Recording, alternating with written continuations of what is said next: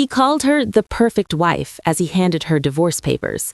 He promised to be generous, let her keep the suburban house she never wanted, a few $1 million to start over, while he kept his $3 billion empire. He smiled when she didn't scream. He felt relief when she didn't cry. He thought she was finally being reasonable. He had no idea. She was being strategic. For 15 years, Marcus Chen built quantum dynamics into a tech empire. Forbes called him a visionary. Wall Street called him a genius. He called himself self-made. But in Courtroom 7B, on what should have been a routine divorce hearing, everything changed. His lawyer's face went white, the documents hit the table, and 3 words appeared that would destroy everything Marcus thought he knew. Ghost investor, 43%. The mystery shareholder he'd spent 15 years trying to find, the anonymous investor who'd saved his dying startup with $5 million when no one else believed, the silent partner who'd watched from the shadows as he built his empire. It was her. It had always been her. The wife he ignored at dinner parties, the woman he called nobody. The ghost he was trying to erase owned more of his company than he did. And now, she wasn't signing his papers, she was signing his termination. This is the story of Eleanor Zhang Chen, the librarian who was never just a librarian, the quiet wife who was never just quiet, the woman who lived in the shadows for 15 years, until the day she stepped into the light and took back everything that was always hers. The story of the divorce that became a corporate execution, the marriage that was a long game, and the moment a billionaire discovered he never owned anything at all. Marcus Chen stood at the floor-to-ceiling windows of his penthouse office, surveying the city below like a king observing his kingdom. At 42, he had everything a man could want: a tech empire worth $3 billion, a face on magazine covers, and a mistress half his age waiting in his private suite. His company, Quantum Dynamics, had revolutionized cloud computing, and he'd become Silicon Valley's golden boy. But there was one thing left to do, one final piece of dead weight to cut loose. His wife of 15 years, Eleanor Chen. Eleanor Chen had been the perfect wife once, quiet, supportive, always in the background at charity galas and investor dinners. She'd been a librarian when they met, a shy woman with her nose always in a book, someone who seemed grateful just to be noticed by him. Over the years, she'd faded into the wallpaper of his life, cooking meals he rarely ate, maintaining a home he barely slept in, existing in the margins of his success story. Marcus had convinced himself she'd been lucky to be Mrs. Chen, lucky to enjoy the lifestyle his genius had provided. Now, at 39, she was simply inconvenient. His mistress, Vanessa, was dynamic, ambitious, 28, and pregnant with his child. It was time for an upgrade. The divorce papers had been served 3 months ago, right after Eleanor returned from visiting her ailing mother. Marcus remembered the moment with satisfaction, how she'd stood in their marble foyer, still wearing her plain coat, holding the envelope with trembling hands. She hadn't cried, she hadn't screamed, she'd simply looked at him with those dark, unreadable eyes and said, "I see." Those 2 words had somehow irritated him more than tears would have, but it didn't matter. His lawyers had assured him the prenup was ironclad. Eleanor had signed it willingly before the wedding, back when she was nobody, and he was just a scrappy entrepreneur with big dreams.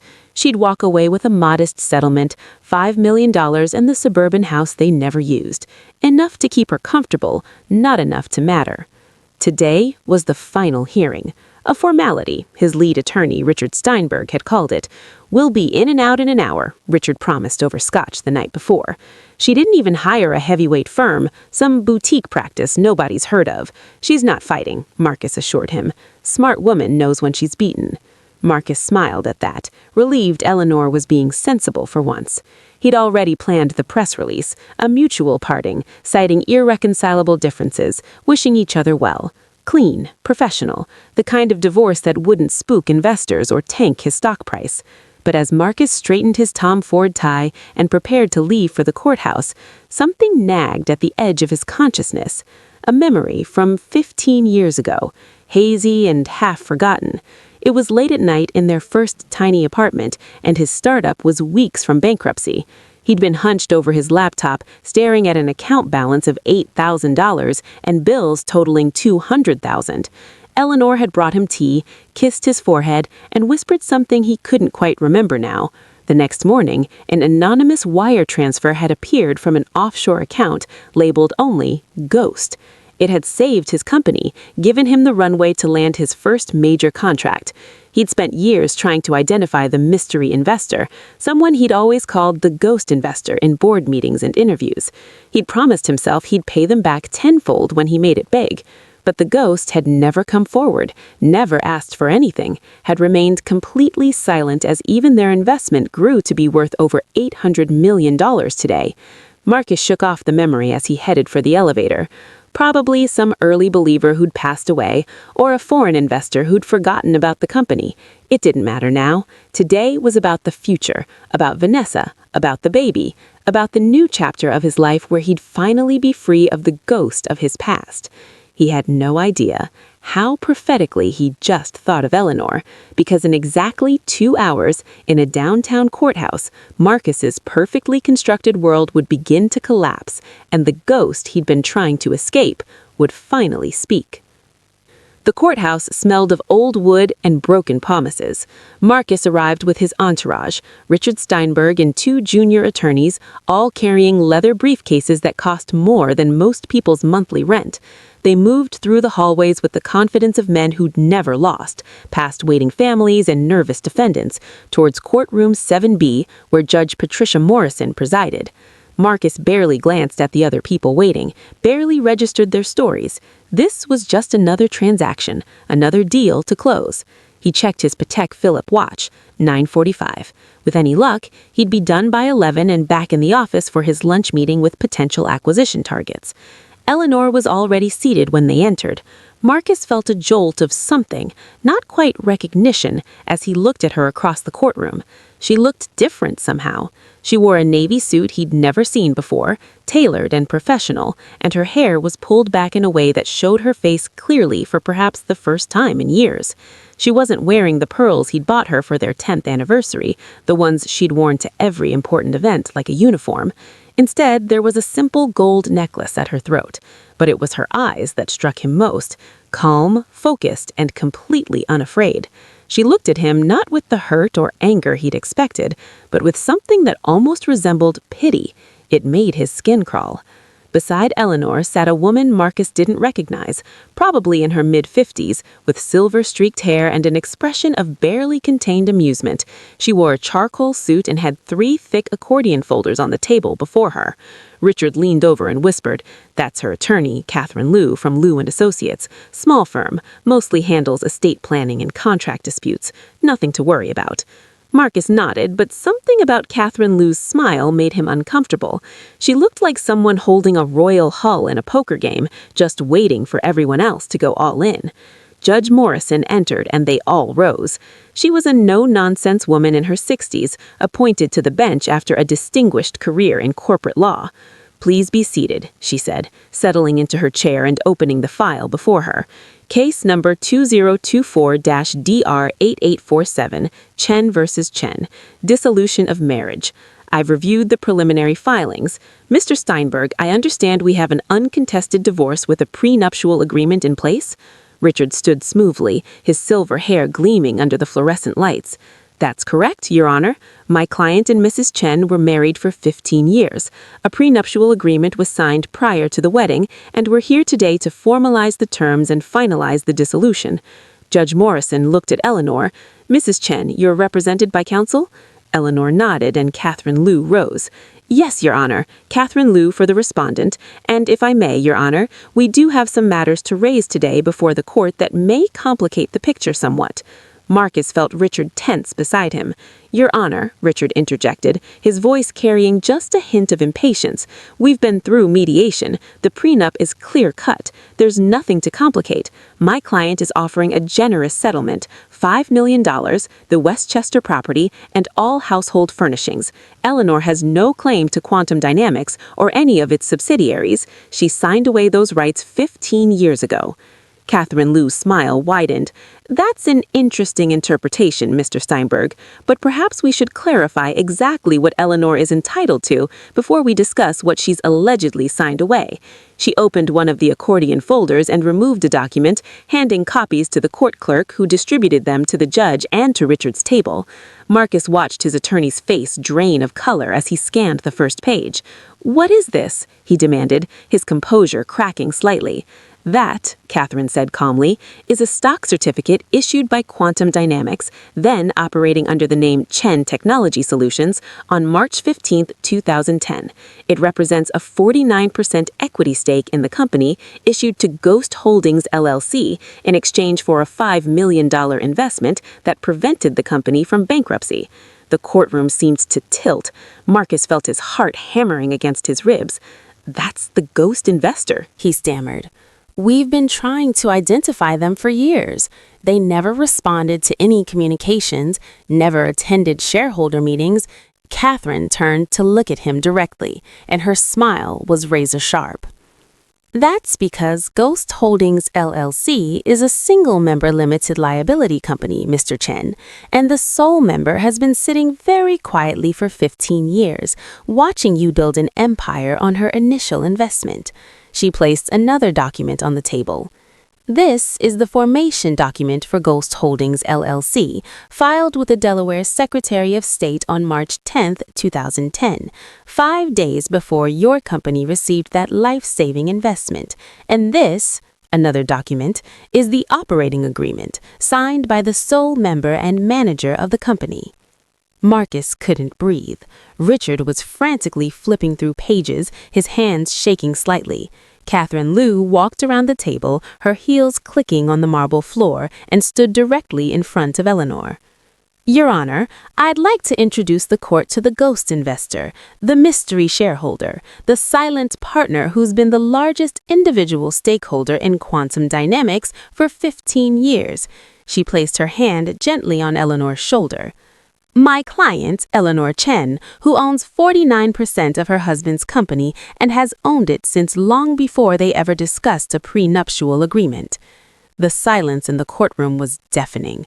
Marcus stared at Eleanor, but she wouldn't meet her eyes. She simply sat there, hands folded calmly in her lap, as if they were discussing the weather rather than the complete obliteration of everything he'd believed about his life. "That's impossible," Marcus whispered. Eleanor was a librarian. She didn't have $5 million. She didn't have anything. "Didn't she?" Catherine Liu's voice was soft but devastating. "Tell me, Mr. Chen, did you ever actually ask your wife about her family, about her background, about where she came from before you met her in that library?" Marcus opened his mouth and realized he had no answer. He'd never asked. He'd assumed she was just ordinary, forgettable, background noise in the story of his success. "Your Honor," Richard said, his voice hoarse, "we need time to verify these documents, to—" "They're already verified," Catherine interrupted. "I've included authentication from the Delaware Secretary of State, certified copies of all stock transfers, and 15 years of corporate records showing Ghost Holdings LLC as a registered shareholder. Your client has been paying dividends to my client's LLC for over a decade. He just never bothered to find out who was receiving them." She returned to her table and pulled out another stack of papers. "And here's the beautiful part, Your Honor. The prenuptial agreement Mr. Steinberg is so proud of. It covers any assets acquired during the marriage, but Ghost Holdings LLC and its 49% stake in Quantum Dynamics was established before the marriage. It's separate property, untouchable." Marcus felt the room spinning. 15 years. She'd been there for 15 years, watching him, saying nothing, letting him believe he'd built everything himself, letting him think she was nobody. "Why?" he asked, his voice breaking slightly. "Why didn't you ever say anything?" Finally, Eleanor raised her eyes to his, and when she spoke, her voice was clear and steady, nothing like the quiet whisper he'd grown accustomed to. "Because I wanted to see who you'd become, Marcus, and now I know." Judge Morrison cleared her throat. Well, this does indeed complicate matters. Mr. Steinberg, I'm going to adjourn this hearing for 2 weeks to give you time to review these documents and prepare a response. We'll reconvene on— Your Honor, Catherine Liu interrupted gently. If I may, there's one more thing the court should know before we adjourn. There's an emergency shareholder meeting scheduled for Quantum Dynamics in exactly 3 days. A vote of no confidence in the current CEO has been proposed, and with my client's 49% stake, combined with the 12% held by the Employee Trust Fund, which I'm told is quite dissatisfied with recent executive compensation packages, well, the math becomes very interesting. Marcus watched his life implode in slow motion in a courthouse that smelled of broken promises as his wife, his quiet, forgettable ghost of a wife, finally stepped out of the shadows. The adjournment lasted exactly 6 minutes, but for Marcus Chen, it felt like a lifetime. He sat frozen at the defendant's table while Richard Steinberg frantically made phone calls in the hallway, his voice rising with each conversation. Through the courtroom windows, Marcus could see the city continuing as if nothing had changed. Cars moving through intersections, people walking to lunch meetings, the world spinning forward while his entire existence rewound itself like a corrupted film reel. Eleanor remained seated across the aisle, her posture perfect, her hands still folded in that maddeningly calm way. She wasn't gloating, she wasn't even looking at him. Somehow, that made it worse. When Richard finally returned, his face had taken on the gray pallor of a man who just discovered the ground beneath his feet was quicksand. "We need to talk," he hissed, gripping Marcus's arm and practically dragging him into an empty conference room down the hall. The moment the door closed, Richard's professional veneer shattered completely. "Why the hell didn't you tell me about Ghost Holdings? Do you have any idea how this looks? I've been assuring the judge, the mediator, everyone that this was a simple dissolution with the standard prenup, and now I find out your wife owns half your goddamn company?" "I didn't know," Marcus said, and his voice sounded hollow even to himself. "I swear to God, Richard, I had no idea. The ghost investor was always anonymous. Every communication went through intermediaries, offshore accounts, shell corporations. I thought it was some foreign investor or a venture capital firm that wanted to stay hidden for tax reasons. Eleanor was she was nobody. She was a librarian making $30,000 a year." Richard paced the small room like a caged animal. "Well, she's not nobody now. I just spoke with our corporate team. They pulled the records. Everything Liu said checks out. Ghost Holdings LLC has been on your shareholder registry since 2010, 49%, which you diluted down to 41% when you did your Series B funding, but she retained anti-dilution rights, so she actually bounced back up to 43% after the IPO. Marcus, your wife is worth approximately $1.3 billion, and unlike you, she owns her shares outright. No margin loans, no pledges to banks, nothing. She has more liquid voting power than you do." The words hit Marcus like physical blows. $1.3 billion? Eleanor, his Eleanor, who'd worn the same coat for 5 winters, who'd clipped coupons at the grocery store even after he'd become a billionaire, who'd never asked for anything, never demanded anything, never even hinted that she was anything other than exactly what she appeared to be. "The shareholder meeting," Marcus said suddenly, gripping the edge of the conference table. "She can't actually vote me out. I'm the founder. I built this company from nothing. The board would never— The board works for the shareholders, and right now, your wife controls more shares than you do. She's got 43%. You've got 38% after that idiotic stock buyback you insisted on last year. The rest is scattered among institutional investors and the Employee Trust. If he teams up with the Employee Trust, and Liu already mentioned they're unhappy about something, that's 55%. Game over." Richard stopped pacing and looked at Marcus with something approaching disgust. "Tell me you didn't screw over your employees. Tell me there's not some executive compensation scandal waiting to explode." Marcus thought about the bonus structure he'd implemented 6 months ago, the one that had redirected profit sharing from the employee pool into executive retention packages.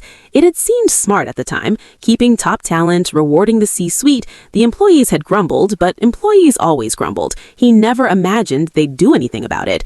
"It was standard corporate restructuring," he said weakly. "Other companies do it all the time." "Other companies don't have a ghost wife sitting on half the shares," Richard snapped, pulling out his phone and starting to scroll. I'm looking at the employee trust documents now. They can vote as a block if 75% of the members agree. And according to the internal memo that just leaked to the press, yes, Marcus, it leaked. It's already on TechCrunch. They took a vote yesterday. 89% voted to support any motion that removes you from the CEO position. Richard looked up and his expression was almost pitying. You didn't just lose your wife, Marcus. You lost your company. The room tilted. Marcus sat heavily in one of the conference chairs, his mind racing through possibilities, calculations, escape routes. We can challenge the validity of the LLC formation, claim fraud, claim she misrepresented herself, claim what? Richard's voice was sharp. That your wife was too clever for you? That she protected herself before marrying you? There's no fraud here. She didn't steal from you. She invested in you when nobody else would. She saved your company. And then she married you, signed a prenup that protected assets acquired during the marriage, and quietly sat on the single largest investment of your career. It's actually brilliant. Diabolical, but brilliant. Marcus felt anger beginning to replace the shock, hot and familiar. This was betrayal on a scale he couldn't comprehend. For 15 years, Eleanor had lied to him. She'd played the role of the submissive wife, the supportive partner, the woman who existed only in his shadow, while all along she'd been pulling the strings, controlling everything. She married me for the company, Marcus said bitterly. This was always about the money. She saw potential and Did she?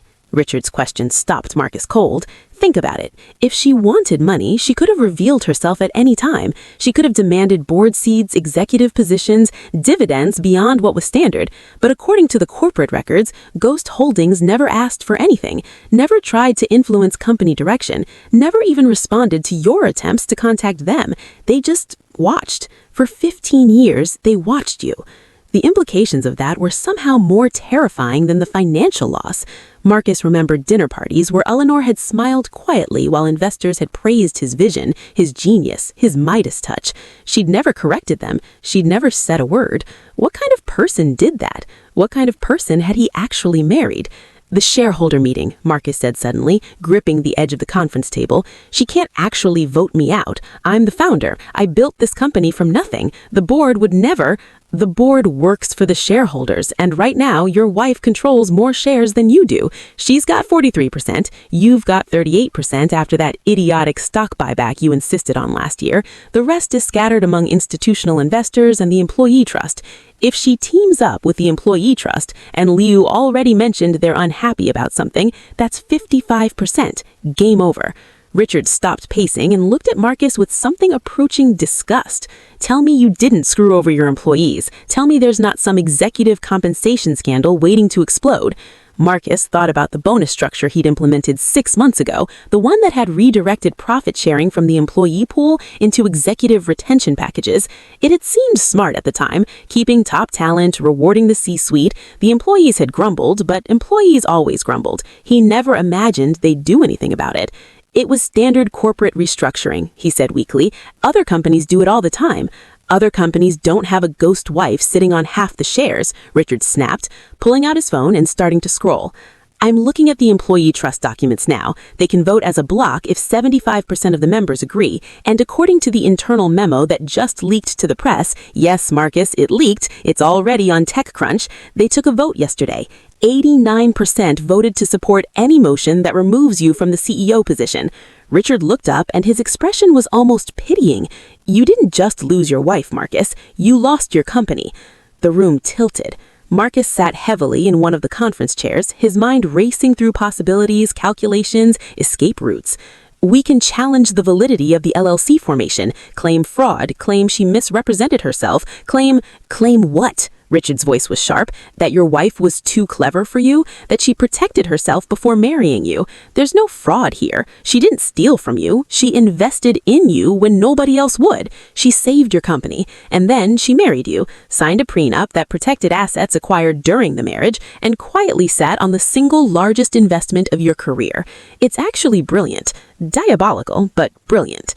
Marcus felt anger beginning to replace the shock, hot and familiar. This was betrayal on a scale he couldn't comprehend. For 15 years, Eleanor had lied to him. She'd played the role of the submissive wife, the supportive partner, the woman who existed only in his shadow, while all along she'd been pulling the strings, controlling everything.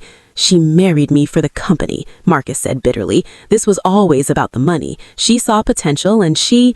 Did she? Richard's question stopped Marcus cold. Think about it. If she wanted money, she could have revealed herself at any time. She could have demanded board seats, executive positions, dividends beyond what was standard. But according to the corporate records, Ghost Holdings never asked for anything, never tried to influence company direction, never even responded to your attempts to contact them. They just watched. For 15 years, they watched you. The implications of that were somehow more terrifying than the financial loss.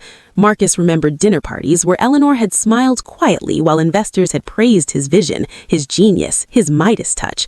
She never corrected them. She'd never said a word. What kind of person did that? What kind of person had he actually married? The shareholder meeting, Marcus said suddenly, gripping the edge of the conference table. She can't actually vote me out. I'm the founder. I built this company from nothing. The board would never... The board works for the shareholders, and right now your wife controls more shares than you do. She's got 43%, you've got 38% after that idiotic stock buyback you insisted on last year. The rest is scattered among institutional investors and the employee trust. If she teams up with the employee trust, and Liu already mentioned they're unhappy about something, that's 55%. Game over. Richard stopped pacing and looked at Marcus with something approaching disgust. Tell me you didn't screw over your employees. Tell me there's not some executive compensation scandal waiting to explode. Marcus thought about the bonus structure he'd implemented 6 months ago, the one that had redirected profit sharing from the employee pool into executive retention packages. It had seemed smart at the time, keeping top talents, rewarding the C-suite. The employees had grumbled, but employees always grumbled. He'd never imagined they'd do anything about it. It was standard corporate restructuring, he said weakly. Other companies do it all the time. Other companies don't have a ghost wife sitting on half the shares, Richard snapped. He pulled out his phone and started scrolling. I'm looking at the employee trust documents now. They can vote as a block if 75% of the members agree. And according to the internal memo that just leaked to the press, yes, Marcus, it leaked. It's already on TechCrunch. They took a vote yesterday. 89% voted to support any motion that removes you from the CEO position. Richard looked up, and his expression was almost pitying. You didn't just lose your wife, Marcus. You lost your company. The room tilted. Marcus sat down heavily in one of the conference chairs, his mind racing through possibilities, calculations, escape routes. We can challenge the validity of the LLC formation, claim fraud, claim she misrepresented herself, claim what? Richard's voice was sharp. That your wife was too clever for you? That she protected herself before marrying you?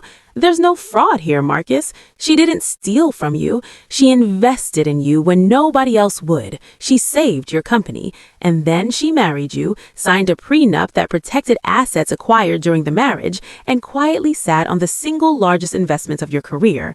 It's actually brilliant. Diabolical, but brilliant. Marcus felt anger beginning to replace the shock, hot and familiar. This was betrayal on a scale he couldn't comprehend. For 15 years, Eleanor had lied to him. She'd played the role of the submissive wife, the supportive partner, the woman who existed only in his shadow, while all along she'd been pulling the strings, controlling everything. She married me for the company, he said bitterly. This was always about the money. She saw potential, and she... Did she? Marcus's question stopped Marcus cold. Think about it. If she'd wanted money, she could have revealed herself at any time. She could have demanded board seats, executive positions, dividends beyond what was standard. But according to the corporate records, Ghost Holdings never asked for anything, never tried to influence company direction, never even responded to your attempts to contact them. She just watched. For 15 years, she watched you. The implications of that were somehow more terrifying than the financial loss. Marcus remembered dinner parties where Eleanor had smiled quietly while investors had praised his vision, his genius, his Midas touch. She'd never corrected them. She'd never said a word. What kind of person did that? What kind of person had he actually married? We need to go back in there and fight this, Marcus said, standing up with renewed determination. Delay the shareholder meeting. Get an injunction. There has to be some legal avenue. There is, a voice said from the doorway. Both men turned to see Catherine Liu standing there, somehow having appeared without either of them noticing. She held a tablet in her hands and wore that same unsettling smile. "I thought you might want to see this before we reconvene. It's the statement Eleanor is planning to release to the press after the shareholder meeting." She held up the tablet, and Marcus found himself reading despite himself. The statement was brief but devastating. Eleanor Chen, the mysterious ghost investor, would reveal herself publicly and announce her intention to restructure quantum dynamics with a focus on employee welfare, ethical AI development, and community investment. She would cite a pattern of corporate malfeasance under current leadership, including the diversion of employee profit sharing, and would call for new executive leadership that aligned with the company's original mission. At the bottom was a photo Marcus had never seen before. Eleanor Chang, at 24, standing in what looked like a corporate office, shaking hands with an older Asian man.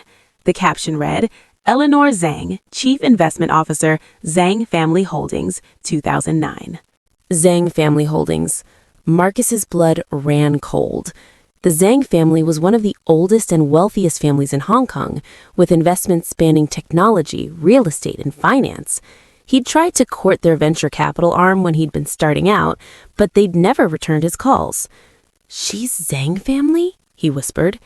"Eleanor is Zhang family, and she let me think she was just a librarian?" Catherine Liu's smile widened. She was a librarian. She has a master's in library science from Columbia. She worked at the New York Public Library because she loved books and wanted a quiet life away from her family's expectations.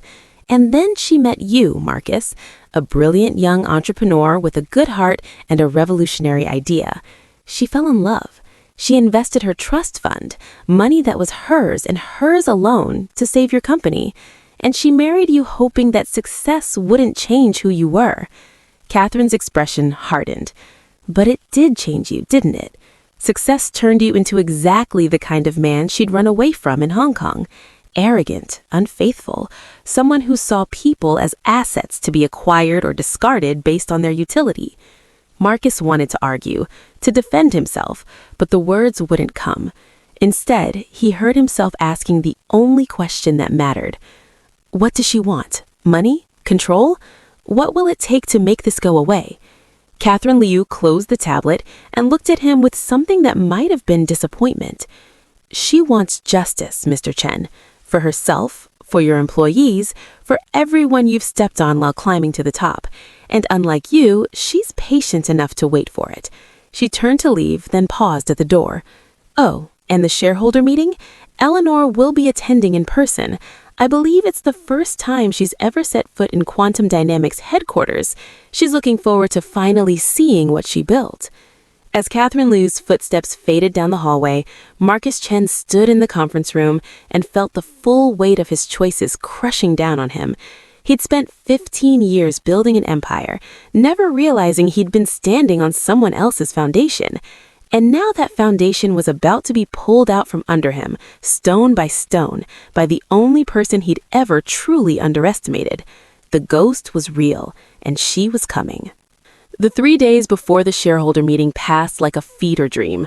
Marcus barely slept, surviving on coffee and desperation as his legal team worked around the clock to find some loophole, some technicality, some way to prevent the inevitable.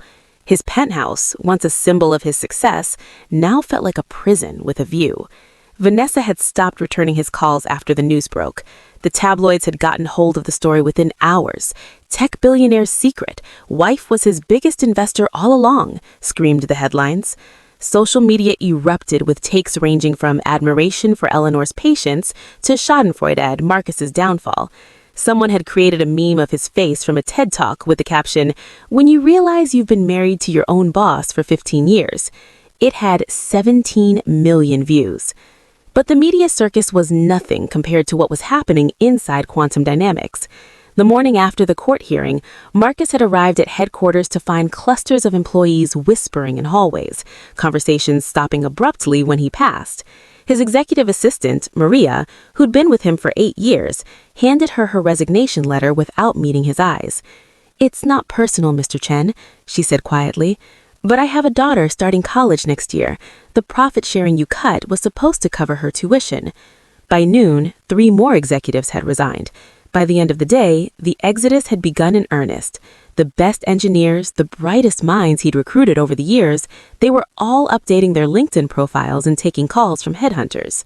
Richard Steinberg delivered the final blow that evening.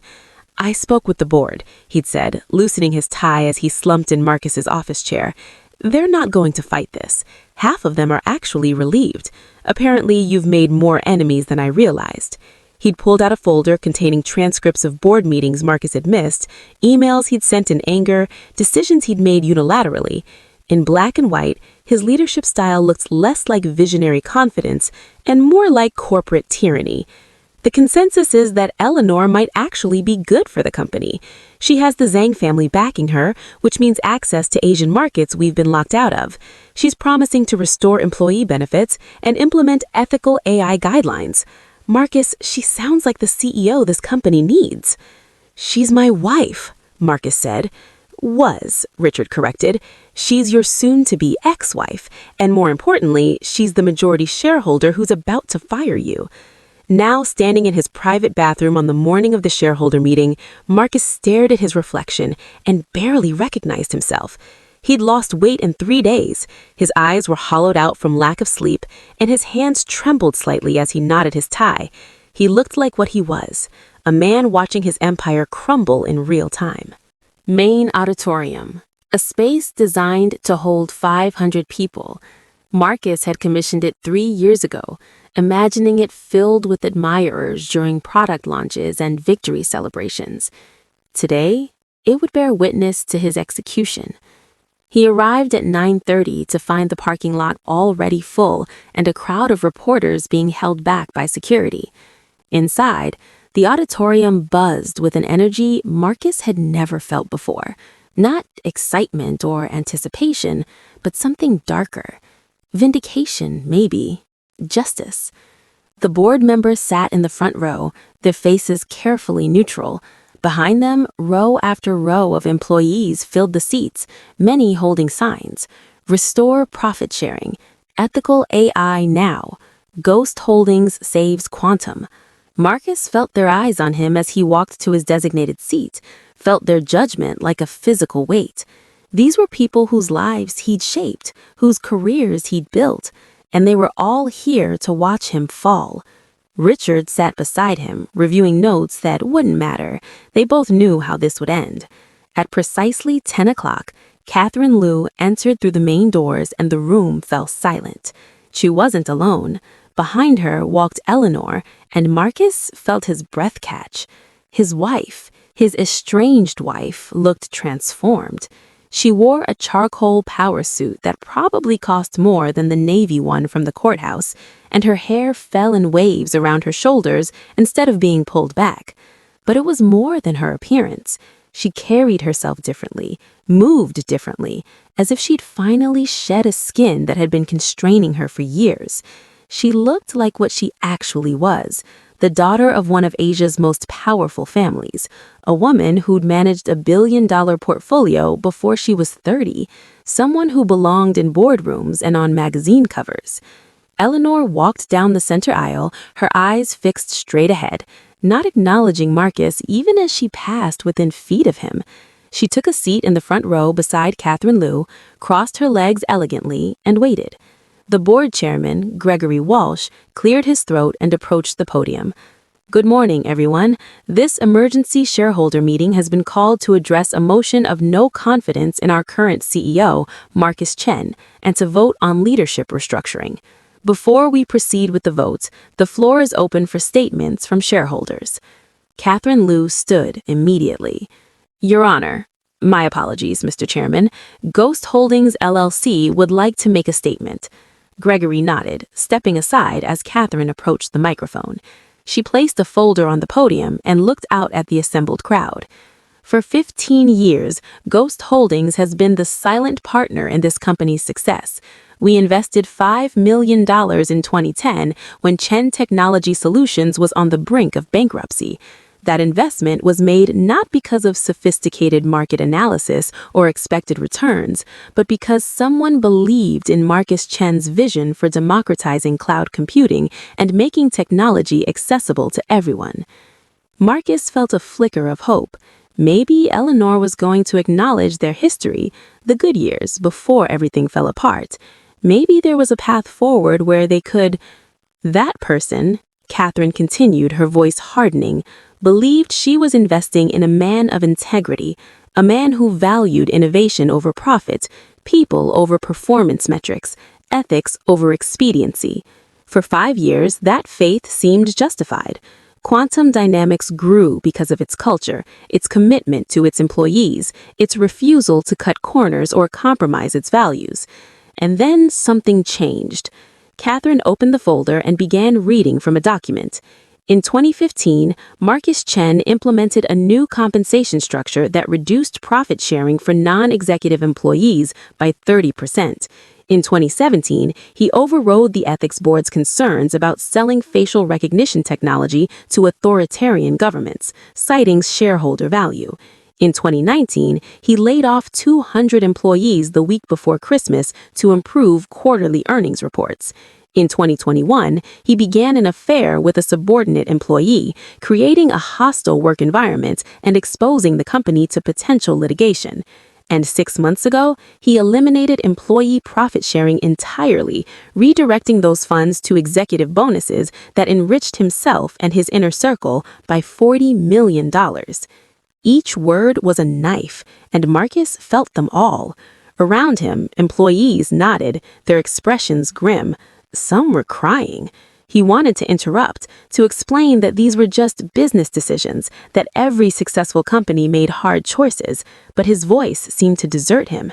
Catherine Liu looked up from the document and pointed directly at Marcus. Ghost Holdings LLC did not invest $5 million to build a monument to one man's ego. We invested in a dream of what technology could be, and that dream has been betrayed. She stepped away from the podium, and Eleanor rose. The room somehow became even quieter, as if everyone was holding their breath. Eleanor walked to the microphone with measured steps, and when she spoke, her voice carried a strength Marcus had never heard from her before. My name is Eleanor Zheng Chen. Some of you know me as Marcus's wife.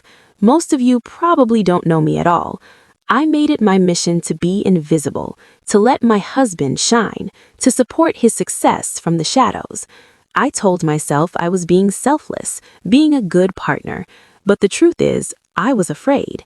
She paused, and Marcus saw her hands grip the edges of the podium.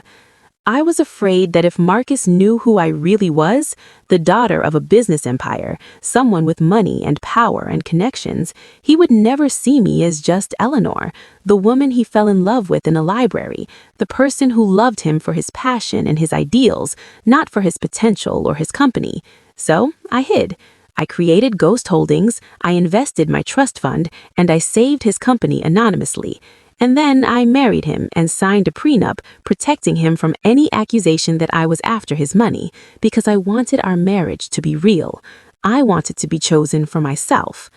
Marcus felt something crack inside his chest. This wasn't the Eleanor he knew, quiet, deferential, content to exist in his shadow. This was someone else entirely, someone he'd never bothered to look for. For 10 years, Eleanor continued, her voice stronger now, I watched the man I loved become someone I didn't recognize. I watched success corrupt him, watched power change him, watched him betray every principle that made me fall in love with him in the first place. And I stayed silent because I kept hoping he'd find his way back, that the real Marcus, the one who used to code until 3 a.m. because he believed technology could change lives, would surface. But he never did. Instead, I watched him become the very thing he used to despise, a CEO who valued stock prices over people, who saw employees as expenses rather than assets, who made success give him the right to discard anyone who wasn't useful anymore. She looked directly at Marcus the first time, and her eyes held no anger, only sadness. Including me. When you served me divorce papers, Marcus, you didn't just end our marriage. You freed me from the obligation to protect you from yourself. And that's why I'm here today. Not for revenge, not for control, but because the company I invested in, the dream I believed in, deserves better than what you've become." Eleanor stepped away from the podium, and the room erupted in applause. Not polite golf claps, but thunderous, sustained applause that seemed to shake the walls. Gregory Walsh returned to the microphone, his expression grave. "We will now proceed to a vote. All those in favor of removing Marcus Chen from the position of CEO and appointing an interim leadership committee to guide the company forward, please indicate by raising your hand." Hands shot up throughout the auditorium. The board members, the employees, the institutional investors in the back. One by one, everyone Marcus believed was on his side voted to end his reign. "All those opposed?" Gregory asked. Marcus raised his own hand, alone in a sea of rejection. "The motion carries," Gregory announced. Effective immediately, Marcus Chen is no longer the CEO of Quantum Dynamics. And just like that, it was over. 15 years of building, striving, conquering, ended by a simple show of hands. Marcus sat frozen as people began to file out, already moving forward without him. He'd been erased from his own story, written out by the ghost who'd been there all along. Eleanor walked past him one final time, and this time she paused. "I hope you find what you're looking for, Marcus," she said quietly. "I hope it's worth everything you gave up to get it." Then she was gone, leaving him alone in the empty auditorium he'd built to celebrate victories he would never achieve again. 6 months after the shareholder meeting, Marcus Chen sat in a coffee shop he would have never noticed in his previous life, a small neighborhood place in Brooklyn with mismatched chairs and art from local painters on the walls. No one recognized him here. His face had disappeared from magazine covers, replaced by Eleanor's carefully composed portrait in Forbes, Fortune, and Time. The ghost investor emerges. Eleanor Zhang Chen's vision for ethical tech had been the cover story that defined the quarter. Marcus had read every word, torturing himself with descriptions of the woman he'd never really known. The divorce had been finalized 2 months ago. Eleanor had been almost generous in the settlement, giving him $50 million and walking away from any claim to the assets he'd accumulated during their marriage. It was more than the prenup had specified, and Richard had advised him to take it and disappear quietly. Marcus had signed the papers in a lawyer's office, not a courtroom, with Eleanor appearing via video conference from Hong Kong, where she'd been meeting with her family's investment partners. She'd looked at him through the screen with those same sad eyes and said, "I hope this gives you a chance to figure out who you want to be, Marcus. Without the company, without me, just you." Quantum Dynamics had undergone a transformation that the tech press was calling revolutionary. Eleanor had installed Dr. James Wu, a Stanford professor and ethics expert, as the new CEO. Within weeks, they'd announced the restoration of full employee profit sharing, the creation of an independent ethics board with veto power over company decisions, and a commitment to refuse contracts with authoritarian governments. The stock had dipped initially, investors spooked by the sudden change in direction, but then something unexpected happened. The best talent in Silicon Valley started flooding Quantum Dynamics with applications. Universities began partnering with them on research. Governments interested in ethical AI implementation reached out. Within 4 months, the stock price had recovered and then exceeded its previous high. Eleanor's vision was working. Marcus took a sip of his coffee and stared at his laptop screen. He'd been doing this every day for weeks now, opening a blank document, trying to write something, anything that might explain what had happened or chart a path forward. Some days he wrote apologies he'd never send. Other days he wrote angry screeds blaming Eleanor, the board, the employees who'd turned on him. But mostly he just stared at the blinking cursor and wondered how he'd gotten here. His phone buzzed with a text from Vanessa. She'd had the baby 3 months ago, a girl she'd named Sophia. Marcus had never met his daughter. Vanessa had made it clear that until he sorted himself out, as she put it, he wasn't welcome in their lives. The text was brief. Sophia took her first steps today. Thought you should know. He stared at the message, feeling the familiar hollow ache in his chest. He'd lost everything chasing a version of success that now seemed meaningless. The company, the wife, the respect, all of it gone because he confused winning with living, confused conquest with connection. His therapist, yes, he had a therapist now, something Eleanor had actually recommended in her final email to him, said this was rock bottom, and that rock bottom could be a foundation if he chose to build something new. But Marcus wasn't sure he knew how to build anything anymore without it being a monument to his own ego. The coffee shop door opened, bringing a gust of autumn air and a figure Marcus recognized immediately, even though he hadn't seen her in person since the shareholder meeting. Eleanor stood in the doorway, scanning the room, until her eyes found his. She wore jeans and a simple sweater, looking more like the librarian she'd met 15 years ago than the corporate titan she'd become. For a moment, neither of them moved. Then Eleanor walked to his table and gestured to the empty chair. "May I?" Marcus nodded, not trusting his voice. She sat down, ordered a chamomile tea from the passing barista, and folded her hands on the table in that familiar way. Up close, Marcus could see she looked tired, not defeated, but carrying a weight he recognized. "How did you find me?" he finally asked. Eleanor smiled slightly. "Marcus, I've always known where you were. For 15 years, I knew every meeting you attended, every decision you made, every late night at the office. Did you really think I'd stop paying attention now?" "Are you here to gloat?" The words came out more bitter than he'd intended. "To see what's left of me?" Eleanor shook her head. "I'm here because I need to tell you something. Something I should have said years ago, but I was too afraid." She accepted her tea from the barista and wrapped her hands around the cup as if gathering warmth. "I loved you, Marcus, truly loved you. When I met you in that library, you were working on your first algorithm, so excited about the potential to help small businesses access cloud computing. You talked for 2 hours about democratizing technology, about giving opportunities to people who'd been locked out of the digital revolution. You had a fire in you that had nothing to do with money or fame. It was about making a difference." Marcus felt his throat tighten. He remembered that night, remembered the pretty woman who'd actually listened to his rambling ideas instead of dismissing him as another tech bro with delusions of grandeur. "I fell in love with that man. And when your company was failing, I couldn't stand by and watch your dream die, so I invested everything I had, not as Eleanor Zhang, daughter of a business empire, but anonymously, because I didn't want you to feel obligated to me. I didn't want our relationship to be transactional."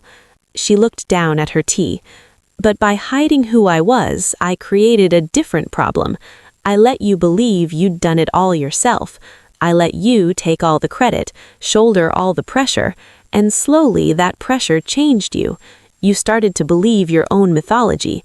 Marcus Chen, the self-made billionaire, the genius who'd built something from nothing." "I did build it," Marcus said, but the protest sounded weak even to him. "I worked 80-hour weeks. I made the hard decisions. You did," Eleanor interrupted gently. "You absolutely did. Your code, your vision, your leadership in the early years, that was all real, Marcus. But you weren't alone. You were never alone. And somewhere along the way, you forgot that success is a collective achievement. You started seeing everyone around you as supporting characters in the story of Marcus Chen, rather than as human beings with their own dreams and dignity." She reached into her bag and pulled out a folder, sliding it across the table. "What is this?" he asked. Eleanor leaned forward. "It's a second chance. I've been watching what you've been doing these past 6 months. The volunteer coding classes you've been teaching at the community center, the open source project you contributed to last month under an anonymous username, the consultation you gave for free to that nonprofit trying to build educational software. You've been doing the work you used to love, the work that doesn't come with accolades or recognition. And I think maybe, just maybe, you're starting to remember who you were before success corrupted you." Marcus flipped through the proposal, his heart beginning to race. It outlined a new venture, a nonprofit technology incubator focused on underserved communities, providing funding, mentorship, and resources for entrepreneurs from backgrounds typically excluded from Silicon Valley. The initial funding? $10 million from Ghost Holdings LLC. I don't understand. Why would you want to work with me after everything? Eleanor's expression softened. Because I still believe in the man I fell in love with, Marcus. I believe he's still in there, underneath all the scar tissue and regret, and I believe that second chances are what make us human. Not everyone deserves one, but everyone needs the opportunity to earn one. She stood up, leaving the folder on the table. This isn't about us getting back together. That ship has sailed. But it could be about you finding your way back to the person you were meant to be. Someone who uses technology to lift people up, not someone who climbs over people to reach the top. Eleanor paused at the door, looking back at him. The choice is yours, Marcus. You can spend the rest of your life bitter about what you lost, or you can build something that actually matters, something that isn't about you at all. Marcus sat alone with the proposal as the afternoon light faded outside the coffee shop windows. He thought about Sophia taking her first steps without him there to see it. He thought about the employees he'd dismissed, the board members he'd bullied, the years he'd wasted chasing a success that had turned to ash in his mouth. And he thought about Eleanor, the ghost who'd saved him once and was offering to save him again, not from bankruptcy this time, but from himself. He opened his laptop and began to type, not an apology or an excuse, but a plan. A real plan for something beyond himself. The cursor blinked steadily, and for the first time in 6 months, Marcus felt something other than regret. He felt possibility. Outside, the city continued its rhythm, indifferent to the fall and potential rise of one man. But inside the coffee shop, Marcus Chen began the hardest work of his life, not building a company, but rebuilding a soul. And somewhere across the city, Eleanor Zhang Chen checked her phone, saw the email notification from Marcus with the subject line, "Yes, let's build something that matters," and allowed herself the smallest smile. The ghost had spoken, and perhaps, just perhaps, the man she'd once loved was finally ready to listen. But whether Marcus could truly change, whether he could transform from the person he'd become back into someone worthy of the second chance he'd been given, that story was still being written, and in the unpredictable theater of human redemption, nothing was guaranteed. The board was reset, the pieces were in play, and the next move would determine everything.